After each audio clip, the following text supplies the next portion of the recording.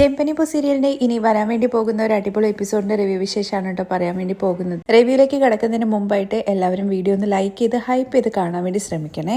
ഇന്നലത്തെ എപ്പിസോഡിൽ നമ്മൾ പറഞ്ഞിട്ടുണ്ടായിരുന്നല്ലോ, എണ്ണയിൽ വഴുക്കിയിട്ട് ചന്ദ്രമതി താഴെ വീണിട്ട് കാലിനൊക്കെ നല്ല പരിക്ക് പറ്റിയിട്ടുണ്ടല്ലോ. അതുകൊണ്ട് തന്നെ രേവതിയാണെന്നുണ്ടെങ്കിൽ രേവതിയുടെ കൂടെ പൂ കെട്ടുന്ന ഒരു ചേച്ചിയെ ഫോണിൽ വിളിക്കുകയാണ്. ചേച്ചിയുടെ അടുത്ത് ചേച്ചിക്ക് കൈവേദ്യമൊക്കെ അറിയാലോ, എന്റെ അമ്മായിമ്മ വഴുക്കി താഴെ വീണു എന്നുള്ള കാര്യം രേവതി പറഞ്ഞ് കേട്ട ഉടനെ തന്നെ, ആണോ രേവതി, അത് നല്ല കാര്യമല്ലേ എന്ന് ആ ചേച്ചി പറയുന്നത് കേട്ട ഉടനെ തന്നെ ചേച്ചി എന്താ നല്ല കാര്യം എന്ന് പറയുന്നത്, പിന്നെ അല്ലാതെ എന്താ രേവതി പറയേണ്ടത്, എപ്പോ നോക്കി കഴിഞ്ഞു കഴിഞ്ഞാലും നിന്നെ ചീത്ത വിളിച്ചോണ്ട് നടക്കുമല്ലേ ചെയ്യും, അവർക്ക് ഇത് തന്നെ കിട്ടണം. ചേച്ചി എന്താ ഇങ്ങനെയൊക്കെ പറയുന്നത്, അവർക്ക് വീണിട്ട് കാലിന് നല്ല പരിക്ക് പറ്റിയിട്ടുണ്ട്, കാല് നന്നായിട്ട് വേദനിക്കുന്നുണ്ട്, അതുകൊണ്ട് ചേച്ചിക്ക് അറിയുന്ന കൈവൈദ്യം എന്തെങ്കിലും ഉണ്ടെന്നുണ്ടെങ്കിൽ പറഞ്ഞതാ. രേവതി, ആ സ്ത്രീ ആണെങ്കിൽ എപ്പൊ നോക്കി കഴിഞ്ഞു കഴിഞ്ഞാലും നിന്നെ താഴ്ത്തി കെട്ടിയും നിന്റെ നെഞ്ചത്തോട്ട് കയറുമല്ലേ അയാൾ ചെയ്യുന്നത്, എന്നിട്ട് നീ അവർക്ക് വേണ്ടിയിട്ട് വൈദ്യം അന്വേഷിച്ച് നടക്കുവാണോ? ചേച്ചി ഒന്ന് പറഞ്ഞതാ, കഷായം എന്തെങ്കിലും ഉണ്ടാക്കി കൊടുത്തു കഴിഞ്ഞാൽ മാറോ, ആദ്യം കിഴി പിടിച്ചതിന് ശേഷം ഒരു മരുന്ന് അരച്ചിട്ട് കൊടുക്കാൻ വേണ്ടിയിട്ടൊക്കെ പറയുന്നുണ്ട്. അത് എങ്ങനെ ചെയ്തു കൊടുക്കേണ്ടത് എന്നുള്ള കാര്യവും ഡീറ്റെയിൽ ആയിട്ട് രേവതിയുടെ അടുത്ത് പറഞ്ഞു കൊടുക്കുന്നുണ്ട്. ശരി, ഞാൻ അതുപോലെ തന്നെ ചെയ്തോളാം എന്ന് പറഞ്ഞ് രേവതി ഫോൺ വെക്കുവാണ്. അങ്ങനെ രേവതി ആണെങ്കിൽ ഒരു തുണി എടുത്തിട്ട് അതിനകത്ത് മരുന്നുകളൊക്കെ ഇട്ട് കിഴിയൊക്കെ റെഡിയാക്കിക്കൊണ്ടിരിക്കുവാണ്.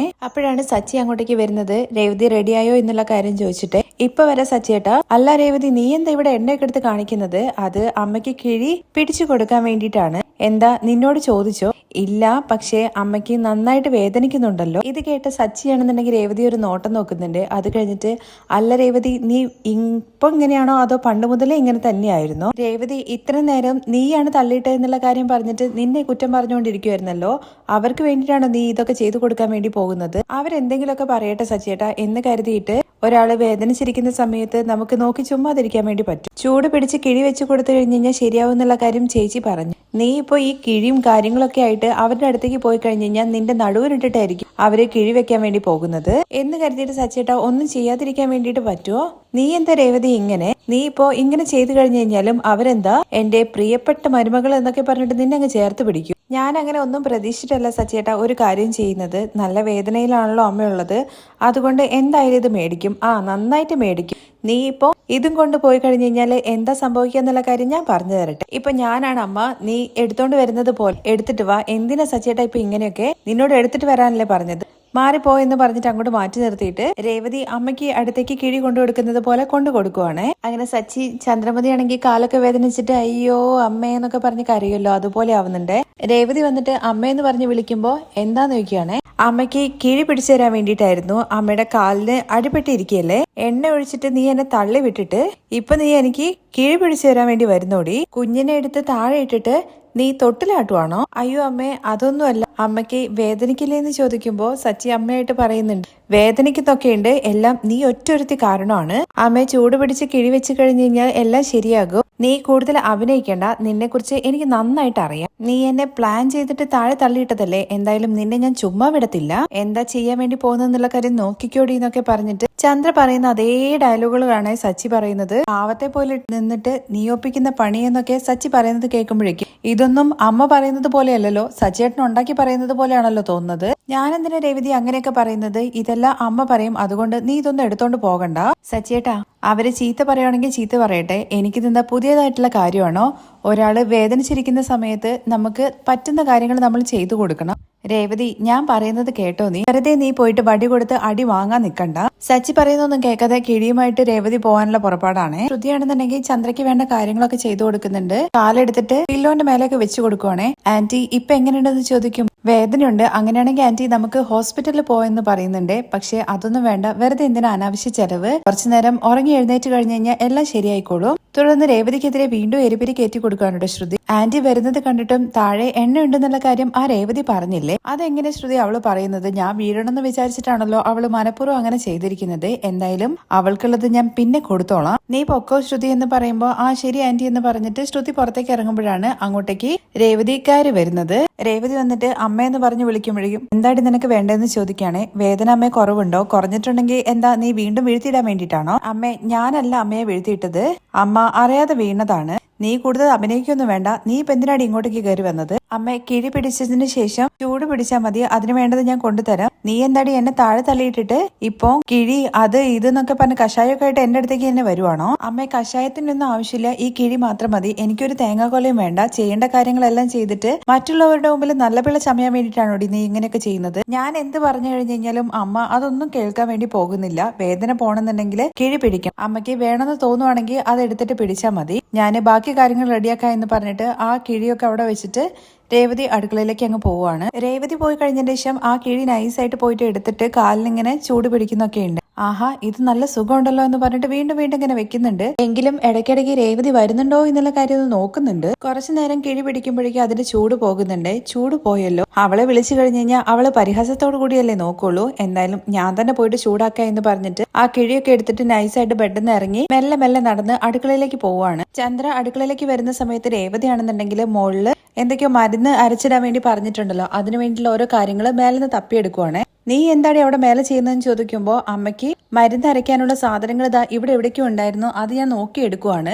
എന്താടി നിനക്ക് ഞാൻ പറഞ്ഞു കഴിഞ്ഞാൽ മനസ്സിലാവില്ലേ? നിന്റെ അടുത്ത് ഞാൻ പറഞ്ഞതല്ലേ എനിക്ക് ഇതൊന്നും വേണ്ട എന്നുള്ള കാര്യം. നിന്നെ ഒന്നും പറഞ്ഞിട്ട് കാര്യമില്ല എന്ന് പറഞ്ഞിട്ട് ചന്ദ്ര അങ്ങ് നടക്കുവാണ്. രേവതി സ്റ്റൂൾ ഇട്ടിട്ടാണ് മുകളിലേക്ക് കയറിയിട്ടുണ്ടായിരുന്നത്. ചന്ദ്രൻ നടക്കുന്ന സമയത്ത് സ്റ്റൂളിന് മേലെ ചന്ദ്രയുടെ കാല് തട്ടുന്നുണ്ട്. അയ്യോ എന്നൊക്കെ പറഞ്ഞ് നിൽക്കുന്നുണ്ട്. അതേസമയം രേവതിക്ക് താഴേക്ക് ഇറങ്ങാൻ വേണ്ടിയിട്ട് വെച്ചതായിരുന്നു ആ സ്റ്റൂള്. അത് ആ സ്ഥാനത്ത് നിന്ന് കുറച്ച് മാറിപ്പോകുന്നുണ്ട്. ചന്ദ്രയാണെന്നുണ്ടെങ്കിൽ വേഗം ഗ്യാസൊക്കെ ഓണാക്കിയിട്ട് കിഴി ചൂടാക്കുന്നുണ്ട്. പക്ഷെ അപ്പോഴേക്കും രേവതിക്ക് മേലെ കൈ പിടിക്കാൻ വേണ്ടി പറ്റാതെ താഴെ ഇറങ്ങാൻ വേണ്ടിയിട്ട് ഇങ്ങനെ നോക്കുന്നുണ്ട്. താഴെയാണെങ്കിൽ സ്റ്റൂള് കാണുന്നില്ല. കാലും ഇങ്ങനെ ഇതാക്കിയിട്ടൊന്നും സ്റ്റൂളിൽ എത്തുന്നില്ല. രേവതി അങ്ങനെ വീഴാൻ വേണ്ടി പോകുമ്പോഴേക്ക് സച്ചി കറക്റ്റ് സമയത്ത് വന്നിട്ട് രേവതി അങ്ങ് പിടിക്കുവാണ്. പക്ഷെ മുകളിലിരുന്ന അരിപ്പൊടിയും മുളക് പൊടിയുടെ ഒക്കെ പാത്രം അങ്ങ് ചന്ദ്രയുടെ തലയിലേക്ക് അങ്ങ് വീഴുകയും മൊത്തം പൊടിയിൽ അങ്ങ് കുളിച്ച് നിൽക്കുവാണ് കേട്ടോ ചന്ദ്രമതി. അയ്യോ അമ്മയെന്ന് പറഞ്ഞിട്ട് കയ്യിൽ ഗ്യാസിന്റെ ലൈറ്റർ ഇരിപ്പുണ്ട്, അത് പിടിച്ച് വാങ്ങുന്നുണ്ട് ചന്ദ്രയുടെ അടുത്തുനിന്ന് രേവതി. പക്ഷെ അപ്പോഴേക്കും ചന്ദ്രയാണെങ്കിൽ മാറി നിക്കടി എന്നൊക്കെ പറഞ്ഞു. തലയിൽ മൊത്തം പൊടിയാണല്ലോ, അരിപ്പൊടി അതുപോലെ കോലം വരയ്ക്കാൻ വേണ്ടി വെച്ചിരുന്ന പൊടിയായിരുന്നു. രണ്ടും തലയിലായിട്ട് അങ്ങ് മുടികൊണ്ട് ഇങ്ങനെ കൊടയുന്നുണ്ട്. ശരിക്കും കണ്ടു കഴിഞ്ഞു കഴിഞ്ഞാൽ ഒരു പ്രേതത്തിനെ പോലെ തന്നെയുണ്ട്. ശബ്ദം കേട്ടുകൊണ്ട് സുധി അങ്ങോട്ടേക്ക് വന്നിട്ട് എന്താ ഇവിടെ ശബ്ദം എന്ന് ചോദിച്ചിട്ട് ചന്ദ്രയുടെ മുഖത്ത് നോക്കുമ്പോഴേക്കും അയ്യോ പ്രേതം എന്ന് പറഞ്ഞിട്ട് അവിടുന്ന് ഓടുവാണ്. ഓടി ചെന്നിട്ട് നേരെ ശ്രുതിയാണ് തട്ടുന്നത്. എന്താ ശ്രുതി, നിനക്ക് നോക്കി നടക്കാൻ അറിയില്ലെന്ന് ചോദിക്കുമ്പോ ശ്രുതി നീ ഒന്ന് പോയി നോക്ക്, അവിടെ പ്രേതം. ശ്രുതി ചോദിക്കുമ്പോഴേക്കും ചന്ദ്രയാണെന്നുണ്ടെങ്കിൽ അവിടുന്ന് സ്പീഡിൽ നടന്നുകൊണ്ട് അവരുടെ അരികിലേക്ക് എത്തുന്നുണ്ട്. അത് കണ്ട് ശ്രുതി അങ്ങ് പേടിക്കുവാണ്. എന്ന് പറഞ്ഞിട്ട് അലറുന്നുണ്ട്. വാട്ട്സ് ഹാപ്പനിങ് ഹിയർ എന്ന് പറഞ്ഞിട്ട് വർഷം അങ്ങോട്ടേക്ക് വന്ന് നോക്കുമ്പോ ചന്ദ്രയെ കണ്ടിട്ട് എന്ന് പറഞ്ഞിട്ട് അലറുവാണെ കിടന്നിട്ട്. ഇതെല്ലാം കേട്ടിട്ട് ശ്രുതിയുടെ അടുത്ത് ചോദിക്കുന്നുണ്ട്, എടാ നിനക്ക് എന്നെ കണ്ടിട്ട് മനസ്സിലാവുന്നില്ലേ എന്ന്. ആന്റി ആയിരുന്നോ? അമ്മ എന്താ ഇങ്ങനെ നിൽക്കുന്നത്? എല്ലാം ഇവള് ഒറ്റൊരുത്തി കാരനാണ്. ഇവള് എന്റെ തലയിൽ പൊടി ഇതാക്കിയിട്ട എന്ന് പറയുമ്പോഴേക്കും അമ്മ ഞാൻ തന്നെ സ്റ്റൂൾ തായിട്ട് വീഴാൻ വേണ്ടി പോയി, പിന്നെ ഞാൻ എങ്ങനെ അമ്മയുടെ തലയിൽ പൊടി കൊട്ടുന്നത്? നീ മിണ്ടി പോവരുതടി, എല്ലാം നീ ഒറ്റൊരുത്തി കാരണമാണ്. അപ്പോഴേക്കും ചന്ദ്രയുടെ ആ കോലൊക്കെ കാണുമ്പോഴേക്കും കാളിയമ്മ ആ പാട്ടൊക്കെ പാടിയിട്ട് കർപ്പൂരം എടുത്ത് വരാൻ വേണ്ടിയിട്ട് രേവതിയുടെ അടുത്ത് പറയുന്നുണ്ട് സച്ചി. എന്നാൽ മാത്രമേ ബാധ ഒഴിയത്തുള്ളൂ എന്നും ഇപ്പോഴായിരുന്നു അവള് എന്നെ ഒഴിച്ചിട്ട് എന്നെ തള്ളിവിട്ടത്. ഇപ്പോ എന്റെ മേലാസകളും അവള് പൊടിയും വാരിയിട്ടിരിക്കുന്നു. നിങ്ങൾ കണ്ടതാണല്ലോ രേവതി താഴെ വീഴാൻ വേണ്ടി പോയതാണെന്ന്. ഞാൻ നല്ല പോലെയായിരുന്നു സച്ചിയേട്ട അവിടെ നിന്നിട്ടുണ്ടായിരുന്നത്. പക്ഷെ പെട്ടെന്ന് സ്റ്റൂൾ എങ്ങനെയാണ് തള്ളിപ്പോയെന്ന് അറിയില്ല. അത് കേട്ടോടനെ സ്റ്റൂൾ എങ്ങനെ തനിയെ അങ്ങ് തള്ളി പോകുന്നതെന്ന് പറഞ്ഞിട്ട് ചന്ദ്രയെ നോക്കുകയാണെ. കാരണം ചന്ദ്രമതിയാണല്ലോ സ്റ്റൂൾ തള്ളിയിട്ടത്. എന്താണ് നീ ഞാനാണ് സ്റ്റൂൾ തള്ളിയിട്ടെന്നുള്ള കാര്യമാണോ പറഞ്ഞു വരുന്നത്? അറിയില്ലല്ലോ, അങ്ങനെ ആവാനും സാധ്യതയുണ്ട്. അല്ലെങ്കിലും ഇവള് തള്ളിയിടുന്നതാണല്ലോ എനിക്ക് പണി. കൊരങ്ങനെ പോലെ അവിടെ ഇവിടെയൊക്കെ പിടിച്ചു കയറി കഴിഞ്ഞു കഴിഞ്ഞാൽ അവസാനം ഇങ്ങനെയൊക്കെ തന്നെ സംഭവിക്കുക. രേവതി നീ എന്തിനാ മേലെ കയറിയെന്നുള്ള കാര്യം ശ്രുതി ചോദിക്കുമ്പോ അമ്മയ്ക്ക് വേണ്ടിയിട്ട് മരുന്ന് അരച്ചിടാനുള്ള സാധനങ്ങൾ എടുക്കാൻ വേണ്ടിയിട്ട് മുകളിൽ കയറിയതായിരുന്നു.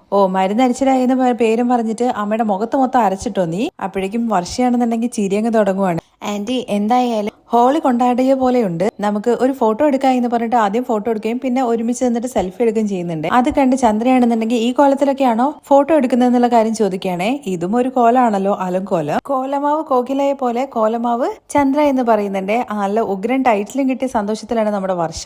ഈ ടാഗ് ലൈൻ എന്തായാലും നല്ലതാണ്. ഞാൻ ഇത് ഇപ്പൊ തന്നെ സ്റ്റാറ്റസ് ആയിട്ടായെന്ന് പറഞ്ഞിട്ട് അപ്പൊ തന്നെ സ്റ്റാറ്റസ് ആയിട്ട് വർഷ അത് ഇടുന്നുണ്ട്. പക്ഷേ നീ അങ്ങനെയാണെന്നുണ്ടെങ്കിൽ അമ്മായിമ്മയുടെ മുഖത്തെ പൊടിക്കോലം എന്ന് പറഞ്ഞിട്ട് സോഷ്യൽ മീഡിയ വൈറലാക്കിക്കോളൂ എന്ന് പറയുമ്പോ അതിനെന്താ ഇപ്പോ വൈറലാവാൻ വേണ്ടി പോവല്ലേ. ആന്റി എന്തായാലും സൂപ്പർ ആയിട്ടുണ്ട് കേട്ടോ. അപ്പോഴേക്കും ചന്ദ്രയ്ക്ക് അങ്ങ് ദേഷ്യം പിടിച്ചിട്ട് എന്ന് പറഞ്ഞിട്ട് അങ്ങ് അലറുമ്പോഴേക്കും എല്ലാവരും ഓരോ വഴിക്ക് അങ്ങ് പോവുകയാണേ. തുടർന്ന് ചന്ദ്രയാണെന്നുണ്ടെങ്കിൽ കുളിയൊക്കെ കഴിഞ്ഞിട്ട് പുറത്തേക്ക് വരുവാണ്. ഇപ്പൊ തന്നെ 3ാമത്തെ തവണയാണ് കുളിക്കുന്നത്. ഇനി ഒരു തവണയും കൂടി കുളിച്ചു കഴിഞ്ഞു കഴിഞ്ഞാൽ എന്റെ കഥ തീരുന്നൊക്കെ പറഞ്ഞിട്ടാണ് പുറത്തേക്ക് ഇറങ്ങി വരുന്നത്. അപ്പോഴേക്കും ശ്രുതിയാണെന്നുണ്ടെങ്കിൽ അങ്ങോട്ടേക്ക് വരുന്നുണ്ട്. ആന്റി വീണ്ടും ഡ്രസ്സ് മാറ്റിയോ? പിന്നല്ലാതെ ആ പൊടി കുളിച്ച കോലത്തിൽ തന്നെ ഞാൻ ഇങ്ങനെ നിൽക്കണോ? ആന്റി ഈ വർഷം എന്താ ചെയ്തതെന്നുള്ള കാര്യം ആന്റി കണ്ടോ? എന്ത് ചെയ്തു എന്ന് എന്നിട്ട് ഫോണിലെ സ്റ്റാറ്റസ് കാണിച്ചു കൊടുക്കുവാണ്. അതിനകത്ത് എഴുതിയിരിക്കുന്നത് മൈ ആന്റി കോലമാവ് ചന്ദ്ര റെങ്കോളി ഡേ എന്ന് പറഞ്ഞിട്ടാണ് സ്റ്റാറ്റസ് ഇട്ടിരിക്കുന്നത്. ഞാൻ ചുമ്മാ അവള് രസത്തിന് പറഞ്ഞാണെന്നുള്ള കാര്യമാണ് വിചാരിച്ചത്. ആന്റി ചുമ്മാതല്ല, അവള് സ്റ്റാറ്റസ് ഇട്ടിട്ടുണ്ട്. ആന്റി അവളുടെ അമ്മയൊക്കെ ഇത് കണ്ടു കഴിഞ്ഞു കഴിഞ്ഞാൽ പിന്നെ ആന്റിക്ക് പിന്നെ അവര് എന്തെങ്കിലും ഒരു ബഹുമാനം തരുമോ? ആന്റി ഒരു ജോക്കറാണെന്നല്ലേ അവര് വിചാരിക്കുക. ഇത് കേട്ടിട്ട് ചന്ദ്രയ്ക്ക് ഭയങ്കരമായിട്ട് ദേഷ്യം വരുന്നുണ്ട്. ആന്റി അവരുടെ അച്ഛനും അമ്മയൊക്കെ കണ്ടു കഴിഞ്ഞു കഴിഞ്ഞാൽ ആന്റിക്ക് ഒരു ബഹുമാനം തരില്ല. അത് മാത്രോ അവരുടെ റിലേറ്റീവ്സും ബാക്കിയുള്ളവരൊക്കെ കണ്ടു കഴിഞ്ഞു കഴിഞ്ഞാൽ എന്തായിരിക്കും വിചാരിക്കുക. ഞാനൊരിക്കലും ശ്രുതി ഇങ്ങനെ പ്രതീക്ഷിച്ചില്ല. വലിയ വീട്ടിലെ പെണ്ണാണെന്നുള്ള വിചാരിച്ചിട്ടാണ് ഞാൻ ഇത്രയും കാലം എല്ലാം സഹിച്ചും പുറത്തും പോയത്. അവള് ഇങ്ങനെ ഒരു പണി ഒപ്പിക്കുന്നു ഞാൻ ഒരിക്കലും വിചാരിച്ചില്ല. ഇപ്പോ ആ പൂ കെട്ടുന്നവളുടെ കൂടെ കൂടിയിട്ട് എന്നെ നാണം കെടുത്തിക്കൊണ്ടിരിക്കുകയാണ്. ആന്റി എനിക്ക് തോന്നുന്നത് ഇതിന് വർഷം മാത്രമല്ല കാരണം എന്നാണ്. ചിലപ്പോ രേവതി എന്തെങ്കിലുമൊക്കെ പറഞ്ഞു കൊടുക്കുന്നുണ്ടാകും. ഉറപ്പായിട്ടും അവള് പറഞ്ഞു കൊടുത്തിട്ടുണ്ടാവും. ഇവര് രണ്ടുപേരെയും ഇങ്ങനെ വിട്ടു കഴിഞ്ഞു കഴിഞ്ഞാൽ പിന്നെ എനിക്ക് ഈ വീട്ടില് ഒരു മര്യാദ ഉണ്ടാവില്ല. ഫോണില് എന്റെ ഫോട്ടോ വെച്ചിട്ട് എന്നെ നാണം കെടുത്തുന്ന രീതിയിൽ ആ പൂക്കെട്ടുന്നവള് ഇവളെ എരിപിരി കയറ്റി വിട്ടിരിക്കുകയാണ്. എന്റെ മേലുള്ള ഭയം അവർക്ക് പോയല്ലേ. എന്തായാലും ഞാൻ രണ്ടെണ്ണത്തിന് ചുമ്മാ വിടാൻ വേണ്ടി പോകുന്നില്ല. ഇതിന് ഇന്ന് തന്നെ ഒരു തീരുമാനം ഉണ്ടാക്കും. എന്താ ആന്റി ചെയ്യാൻ വേണ്ടി പോകുന്നത്? പറയാം, നീ എന്റെ കൂടെ വാ. എങ്ങോട്ടാ ആന്റി എന്ന് ചോദിക്കുമ്പോഴേക്കും എന്താ ശ്രുതി നീയും ഞാൻ പറയുന്നൊന്നും കേൾക്കില്ലേ? അയ്യോ ആന്റി, ഒരിക്കലും ആന്റിയോടുള്ള മര്യാദ എനിക്ക് ഒട്ടും കുറയില്ല. ആന്റി റെഡി ആയിക്കോളൂ, ഞാൻ പോയിട്ട് ബാഗ് എടുത്ത് വരാം എന്ന് പറഞ്ഞിട്ട് ശ്രുതി നൈസായിട്ട് അവിടെ നിന്ന് പോവാണ്. ശ്രുതിയും കൂട്ടിയിട്ട് നേരെ പോകുന്നത് ബാമയുടെ വീട്ടിലേക്കാണ്. അവിടെ സ്റ്റുഡൻസ് ഒക്കെ നേരത്തെ വന്നതുകൊണ്ട് തന്നെ ബാമ പറഞ്ഞ കാര്യങ്ങളൊക്കെ വീണ്ടും പ്രാക്ടീസ് ചെയ്യാൻ വേണ്ടിയിട്ട് അവരടുത്ത് പറഞ്ഞിട്ടുണ്ടായിരുന്നു. അവര് ചെയ്തുകൊണ്ടിരിക്കുകയാണ്. ചന്ദ്രയും മക്കളൊക്കെ വന്നിട്ട് ഒരുപാട് നേരമായി, അതുകൊണ്ട് ഞാൻ അവരടുത്ത് പ്രാക്ടീസ് ചെയ്യാൻ വേണ്ടി പറയായിരുന്നു. ശരി, ഇന്നലെ ഞാൻ പറഞ്ഞു തന്ന കാര്യങ്ങൾ പ്രാക്ടീസ് ചെയ്യൂ എന്ന് പറഞ്ഞിട്ട് ഭയങ്കര ദേഷ്യത്തോട് കൂട്ടിയിട്ടാണ് ചന്ദ്ര ഉള്ളിലേക്ക് കയറി പോകുന്നത്. ദേഷ്യത്തിലാണെന്നുള്ള കാര്യം മനസ്സിലാക്കിയിട്ട് ശ്രുതിയുടെ അടുത്ത് കാര്യം അന്വേഷിക്കുന്നുണ്ട്. ആന്റി ദേഷ്യത്തിലാണ്, എന്താ അവൾക്ക് പറ്റിയത്? ആന്റിയെ ദേഷ്യപ്പെടുത്തുന്ന ഒരാളല്ലേ ഉള്ളൂ, ആര് രേവതിയാണോ? അവളും ഉണ്ട്. ഇപ്പോ ആന്റിയെ ദേഷ്യപ്പെടുത്തുന്നത് വർഷയാണ്. ഓ, രണ്ടുപേരും കൂടി ചേർന്ന് എന്തോ ചെയ്തിട്ടുണ്ടല്ലേ എന്ന് പറഞ്ഞിട്ട് നേരെ ചന്ദ്രയ്ക്ക് അരികിലേക്ക് ചെല്ലുവാണ് കേട്ടോ. ബാമ അരികിലേക്ക് ചെന്നിട്ട് ചന്ദ്രയെ നിനക്ക് കുടിക്കാൻ ജ്യൂസ് എന്തെങ്കിലും വേണമെന്ന് ചോദിക്കുന്നുണ്ടേ. എനിക്കൊന്നും വേണ്ട, എന്താട്ടാ രണ്ടും കൂടി കിടന്ന് അവിടുന്ന് ആടുന്നത്? നീ പറഞ്ഞത് കൊടുത്തതല്ലേ ചന്ദ്രയെ അവര് കളിക്കുന്നത്. ഞാൻ ഇവരെ കുറിച്ചിട്ടല്ല പറഞ്ഞത്. ഞാൻ എന്റെ വീട്ടിൽ രണ്ട് അഹങ്കാരം പിടിച്ചേറ്റുകളുണ്ടല്ലോ, അവരെ കുറിച്ചിട്ടാണ് പറയുന്നത്. അവര് എന്നെ കുറിച്ചിട്ട് എന്താ വിചാരിച്ചുകൊണ്ടിരിക്കുന്നത്? എന്നെ കണ്ടിട്ട് കോമാളിയെ പോലെയാണ് തോന്നുന്നത്. എന്നെ കണ്ടിട്ട് കോമാളിയെ പോലെയാണ് തോന്നുന്നത്, പറ എന്നൊക്കെ ബാമയുടെ അടുത്തും പറയുന്നുണ്ട്. ഇത് കേട്ട ബാമയാണെന്നുണ്ടെങ്കിൽ ആ എന്ന മട്ടിലും പിന്നെ അല്ല എന്ന മട്ടിലൊക്കെ തലയാട്ടുന്നുണ്ട്. ഒരു അമ്മായിമ്മ എന്നുള്ള മര്യാദ എനിക്ക് തരണ്ടേ? ആ പൂക്കെട്ടുന്നവള് ഒരിക്കലും എന്നെ മതിക്കുന്നേയില്ല. ഈ പണക്കാരിയാണെന്നുണ്ടെങ്കിൽ അവളുമായി ചേർന്നിട്ട് എന്തെല്ലാം കൂത്തുകൾ അവിടെ കാണിച്ചു കൂട്ടുന്നതെന്ന് അറിയോ? ശ്രുതിക്ക് മാത്രമേ എന്നോട് ആ വീട്ടിൽ മര്യാദയുള്ളൂ, അതല്ലെങ്കിലും അങ്ങനെയല്ലേ വരുള്ളൂ. ഞാൻ കൂട്ടിക്കൊണ്ടുവന്ന മരുമകളല്ലേ എന്നൊക്കെ ബാമ പറയുന്നുണ്ട്. മറ്റു രണ്ടെണ്ണത്തിനും ആട്ടം കുറച്ച് കൂടുന്നുണ്ട്. എന്തായാലും ഇന്ന് ഞാൻ അതിനൊരു തീരുമാനം ഉണ്ടാക്കും. എന്താ ചന്ദ്രയെ നീ ചെയ്യാൻ വേണ്ടി പോകുന്നത്? ബാമ ചോദിക്കും. സംസാരിക്കേണ്ടടുത്ത് സംസാരിച്ചു കഴിഞ്ഞു കഴിഞ്ഞാൽ എല്ലാം ശരിയാകും. അതിനു വേണ്ടിയിട്ട് ഞാൻ ശ്രുതിയെ ഇങ്ങോട്ടേക്ക് കൂട്ടിക്കൊണ്ട് വന്നിരിക്കുന്നത്. ആരെടുത്താ എന്ന് ബാമ ചോദിക്കുമ്പോൾ നിൽക്ക്, അവരിപ്പോ വരും. വിളിച്ചിരിക്കുന്നത് മറ്റാരും അല്ല കേട്ടോ, മഹിമയാണ്. അപ്പോഴേക്കും മഹിമ അങ്ങോട്ടേക്ക് എത്തുന്നുണ്ട്. വന്നവിടെ തന്നെ മഹിമ അവിടെയുള്ള ഡാൻസിലെ കുട്ടികളൊക്കെയാണല്ലോ കാണുന്നത്. ഡാൻസ് ക്ലാസ് ഒക്കെ നന്നായിട്ട് പോകുന്നുണ്ടല്ലേ എന്ന് ചോദിക്കുമ്പോൾ ചന്ദ്ര ആ എന്നൊരു മട്ടില് ഭയങ്കര ഗൗരവത്തിലൊക്കെ പറയുന്നുണ്ട്. ആരംഭത്തില് ആരും അങ്ങനെ ചേർന്നിട്ടില്ലായിരുന്നല്ലോ, ഇപ്പോ ഒരുപാട് പേര് വരുന്നുണ്ട് ചേരാൻ വേണ്ടിയിട്ട്. അത് കഴിഞ്ഞ് ശ്രുതി ഹായ് ആന്റി എന്ന് പറയുമ്പോഴേക്കും ആ ശ്രുതി നിനക്ക് സുഖാണോ എന്നൊക്കെ ചോദിക്കുന്നുണ്ട്. ഇരിക്കുന്നു ആന്റി എന്ന് ശ്രുതിയും പറയുന്നുണ്ട്. അത് കഴിഞ്ഞിട്ട് എന്താ ചന്ദ്രേ, നീ എന്തോ പറയാൻ വേണ്ടിയിട്ടാണല്ലോ എന്നെ വിളിച്ചിട്ടുണ്ടായിരുന്നത്? ആ സംസാരിക്കാനുണ്ട്. അവിടെ ഡാൻസ് പ്രാക്ടീസ് ചെയ്തുകൊണ്ടിരിക്കുന്ന കുട്ടികളെടുത്ത് ഇനി കുറച്ചു നേരം നിങ്ങൾ റെസ്റ്റ് എടുത്തോളൂ എന്ന് പറഞ്ഞിട്ട് അവരവിടുന്ന് പറഞ്ഞു വിടുവാണ്. കിട്ടിയ അവസരത്തിലാണെന്നുണ്ടെങ്കിൽ ലവേഴ്സ് അവിടെ വന്ന് ചേർന്നിട്ടുണ്ടല്ലോ ചന്ദ്രയുടെ ക്ലാസ്സിൽ. അവർ രണ്ടുപേരും കൂടി മുകളിലുള്ള റൂമിൽ കയറിയിട്ട് വാതിലടയ്ക്കുന്നുണ്ട്. അത് കഴിഞ്ഞ് താഴെയാണ് കാണിക്കുന്നത്. ചന്ദ്ര നീ എന്തോ കാര്യം പറയാനുണ്ടെന്ന് പറഞ്ഞിട്ട് എന്താ മിണ്ടാതിരിക്കുന്നത്? എല്ലാം നിങ്ങളുടെ മകളെ കുറിച്ചിട്ടാണ് സംസാരിക്കാനുള്ളത്. വർഷയെ കുറിച്ചിട്ടോ? വർഷയെ കുറിച്ച് എന്താണ് സംസാരിക്കാനുള്ളത്? നിങ്ങൾ നിങ്ങളുടെ മകളെ എങ്ങനെ വളർത്തി വെച്ചിരിക്കുന്നത്? എന്താ പറ്റിയത് ചന്ദ്ര? മൂത്തവരെ ബഹുമാനിക്കണം എന്നുള്ള കാര്യത്തെ കുറിച്ചിട്ട് നിങ്ങൾ നിങ്ങളുടെ മകളെടുത്ത് പറഞ്ഞു കൊടുത്തിട്ടില്ലേ? എനിക്ക് മനസ്സിലായില്ല ചന്ദ്രേ. നിങ്ങളുടെ മകള് സ്കൂൾ പിള്ളേരെ പോലെയാണ് നടക്കുന്നത്. ഇതൊന്നും എനിക്ക് അത്ര ഇഷ്ടപ്പെടുന്നില്ല. ആദ്യം ചന്ദ്രേ നീ കാര്യം എന്താന്ന് വെച്ചാൽ പറ. എന്ത് പറയണമെന്നാണ് നിങ്ങൾ ഈ പറയുന്നത്? പറഞ്ഞാൽ മാത്രമല്ലേ എനിക്ക് അറിയാൻ വേണ്ടി പറ്റുള്ളൂ എന്ന് മഹിമ. അത് കേട്ട ഉടനെ ശ്രുതി പറയുന്നുണ്ട് ആന്റി നിങ്ങൾ നിങ്ങളുടെ ഫോണിനകത്ത് വർഷയുടെ സ്റ്റാറ്റസ് നോക്കൂ എന്ന്. സ്റ്റാറ്റസ് നോക്കിയിട്ട് മഹിമയും ചിരിക്കുന്നുണ്ട്. അതിനുശേഷം ചന്ദ്രയുടെ അടുത്ത് അല്ല ചന്ദ്രേ നിന്റെ മുഖമൊക്കെ എന്താ ഇങ്ങനെ ഇരിക്കുന്നത്? അതിനിടയ്ക്ക് ബാമയാണെങ്കിൽ ഫോൺ മേടിച്ച് സ്റ്റാറ്റസ് നോക്കുന്നുണ്ട്. ചന്ദ്രേ എന്താ ഇത്, നീ ഹോളി കൊണ്ടാടിയതാണോ? നീയൊന്നും മിണ്ടാതിരിക്കും ബാമ എന്ന് പറഞ്ഞിട്ട് ചന്ദ്ര ഭാമയ്ക്ക് നേരെ ചെല്ലുവാണ്. നിങ്ങളെ മകള് ചെയ്യിപ്പിച്ച പണി കണ്ടോ? എന്റെ മുഖത്ത് പൊടിയായത് നിങ്ങളുടെ മകളെ കളിയാക്കുന്ന രീതിയിൽ സ്റ്റാറ്റസ് ഇട്ടത് കണ്ടില്ലേ? അവള് ചുമ്മാ കളിക്കെന്തെങ്കിലും ചെയ്തതായിരിക്കും. അമ്മായിമ്മയെ നാട്ടുകാരുടെ മുമ്പിലൊക്കെ കളിയാക്കുന്ന രീതിയിൽ സ്റ്റാറ്റസ് ഇടുന്നതാണോ നിങ്ങളുടെ മകളുടെ കളി? അല്ല, വീട്ടില് വേറെ ഒരുപാട് തോന്നിവാസങ്ങൾ ചെയ്തിട്ടുണ്ട്. അവള് അങ്ങനെ ചെയ്യുന്ന ആളല്ലല്ലോ എന്നുള്ള കാര്യം മഹിമ പറയുമ്പോൾ ഞാനെന്താ ചുമ്മാ പറയാണോ? നിങ്ങൾ വേണമെന്നുണ്ടെങ്കിൽ ശ്രുതിയുടെ അടുത്ത് ചോദിച്ചു നോക്കൂ. ഉടനെ തന്നെ ശ്രുതിയും പറയുന്നുണ്ട്, വർഷ ഒരുപാട് കാര്യങ്ങൾ ചെയ്തിട്ട് ആന്റിയെ വല്ലാതെ ദേഷ്യം പിടിപ്പിച്ചിട്ടുണ്ട്. രാത്രിയില് പ്രേതം വരുന്ന രീതിയിലുള്ള സൗണ്ടും കാര്യങ്ങളൊക്കെ ഇട്ടിട്ട് ആന്റിയെ വല്ലാതെ ഭയപ്പെടുത്താൻ നോക്കി. രാവിലെ എണ്ണ ഒഴിച്ചിട്ട് ആന്റിയെ വീഴ്ത്തിയിട്ടു. അത് കഴിഞ്ഞ് ഇപ്പോ ഈ ഫോട്ടോയും. അവൾ അങ്ങനെ ചെയ്യുന്ന ആളല്ലല്ലോ എന്ന് മഹിമ പറയുന്ന കേട്ട ഉടനെ തന്നെ കൂടുതലുള്ള ആൾക്കാരുടെ കൂടെ ചേർന്ന് കഴിഞ്ഞു കഴിഞ്ഞാല് ആ ചേട്ട അവൾക്കും കിട്ടുമല്ലോ. നിങ്ങൾ ആരെ കുറിച്ചാ പറയുന്നതെന്ന് മഹിമ ചോദിക്കുമ്പോ അതിന് ഓൾറെഡി എന്റെ വീട്ടിൽ ഒരുത്തി ഉണ്ടല്ലോ പൂ കിട്ടുന്നവള്. രേവതി ഒന്ന് ചോദിക്കുമ്പോ രണ്ടുപേരും കൂടി ചേർന്നിട്ട് എന്റെ വീട് ഒരു സർക്കസ് കൂടാരാക്കിയിട്ട് മാറ്റിയിരിക്കുകയാണ്. രേവതി എന്തിനാണ് ഇങ്ങനെയൊക്കെ ചെയ്യുന്നതെന്ന് മഹിമ ചോദിക്കുമ്പോ അവളുടെ ബുദ്ധി അങ്ങനെയാണ്, അവളുടെ വസതി അങ്ങനെയും. എന്നാ നിങ്ങളൊന്നും അങ്ങനെയല്ലല്ലോ. നിങ്ങളുടെ മകളെ കൊടുത്തയച്ച വീട്ടിലേക്ക് അവിടെയുള്ളവർക്ക് ബഹുമാനമൊക്കെ കൊടുത്തിട്ട് നല്ല രീതിയിൽ നിങ്ങളുടെ വീടിന്റെ പേര് കാത്തു സൂക്ഷിക്കണം എന്നുള്ള കാര്യങ്ങളെ കുറിച്ചിട്ടൊന്നും നിങ്ങൾ പറഞ്ഞു കൊടുത്തിട്ടില്ലേ? ഇത് കേട്ട മഹിമ ചെറുപ്പം മുതലേ അവൾക്ക് കുറച്ച് ലാളനയൊക്കെ കൂടുതൽ കൊടുത്തിട്ടാണ് ഞങ്ങൾ വളർത്തിയത്. അവള് ഒരേ ഒരു മകളല്ലേ എന്ന് കരുതിയിട്ട് അമ്മായിമ്മയ്ക്ക് മര്യാദ കൊടുക്കരുത് എന്നുണ്ടോ എന്ന് ചന്ദ്ര. തുടർന്ന് ശ്രുതി പറയുന്നുണ്ട്, ആന്റി വർഷ നല്ല കുട്ടിയാണ്, ഫാമിലിക്കും നന്നായിട്ട് സപ്പോർട്ടീവായിട്ട് നിൽക്കുന്ന ആളാണ്. പക്ഷെ ഇപ്പൊ കുറച്ചു നാളായിട്ട് ഡിഫറെന്റ് ആയിട്ടുള്ള കാര്യങ്ങളാണ് അവള് ചെയ്യുന്നത്. ആന്റി ഒരു വാക്ക് പറഞ്ഞു കഴിഞ്ഞാൽ ഞാനൊക്കെ എല്ലാം കേൾക്കും. പക്ഷെ വർഷയാണെന്നുണ്ടെങ്കിൽ എല്ലാത്തിനും എതിർത്ത് സംസാരിച്ചുകൊണ്ടിരിക്കുകയാണ്. എന്റെ വീട്ടിലെ മൂത്ത മരുമകളാണ് ഇവള്. ഞാൻ കഴിഞ്ഞു കഴിഞ്ഞാൽ പിന്നെ എല്ലാം ഇവളാണ്. അതുകൊണ്ട് ഇവൾക്ക് നല്ല ഉത്തരവാദിത്വം ഉണ്ട്. എന്നാൽ നിങ്ങളുടെ മകള് തോന്നിയാസം പോലെയാണ് നടക്കുന്നത്. എന്റെ മകനെ വാടാ പോടാ എന്നൊക്കെയാണ് വിളിക്കുന്നത്. ഭാര്യ ഭർത്താക്കന്മാരൊക്കെ ആവുമ്പോ അങ്ങനെയൊക്കെ അല്ലേ എന്ന് മഹിമ ചോദിക്കുമ്പോ അവരുടെ റൂമില് എന്ത് വേണമെങ്കിലും ആയിക്കോട്ടെ, കുഴപ്പമില്ല. എന്നാ അവരുടെ റൂമിലും അവനൊരു മതിയാദ്യം കിട്ടുന്നില്ലല്ലോ. അവളുടെ കാലെടുത്തിട്ട് അവന്റെ കാലിന്റെ മേലെ കയറ്റി വെക്കുന്നു. അവളുടെ കാലിന് അവൻ ചായം പൂശി വിടുന്നു. എന്റെ മകനെ ഞാൻ എങ്ങനെ വളർത്തി എന്നുള്ള കാര്യം നിങ്ങൾക്ക് അറിയോ? ഇപ്പോ നിങ്ങളുടെ മകളാണെന്നുണ്ടെങ്കിൽ അവനെ വേലക്കാരിയെ പോലെയാണ് നടത്തുന്നത്. ഞാൻ എന്തെങ്കിലും ചോദ്യം ചെയ്തു കഴിഞ്ഞു കഴിഞ്ഞാൽ അവള് എന്നെ എതിർത്ത് സംസാരിക്കും.